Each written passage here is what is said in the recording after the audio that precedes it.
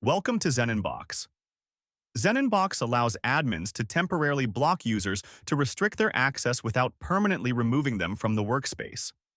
This ensures better security and control while allowing flexibility to restore access when needed. What happens?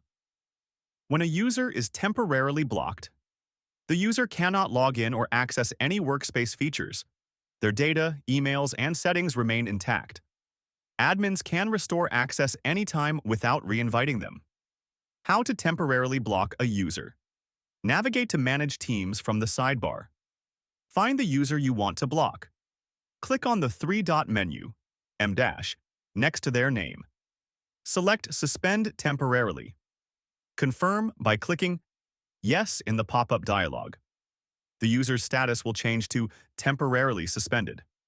Unblocking a temporarily blocked user.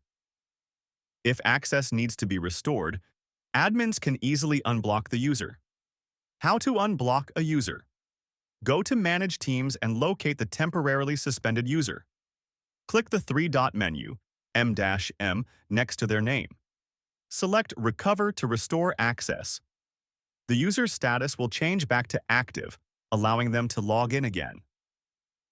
No data is lost during temporary suspension, making it a safe way to restrict access when needed. When to use temporary blocking?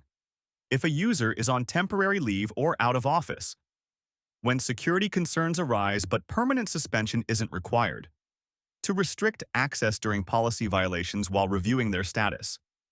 By using temporary blocking, Zeninbox gives admins full control over user access while maintaining a seamless workflow.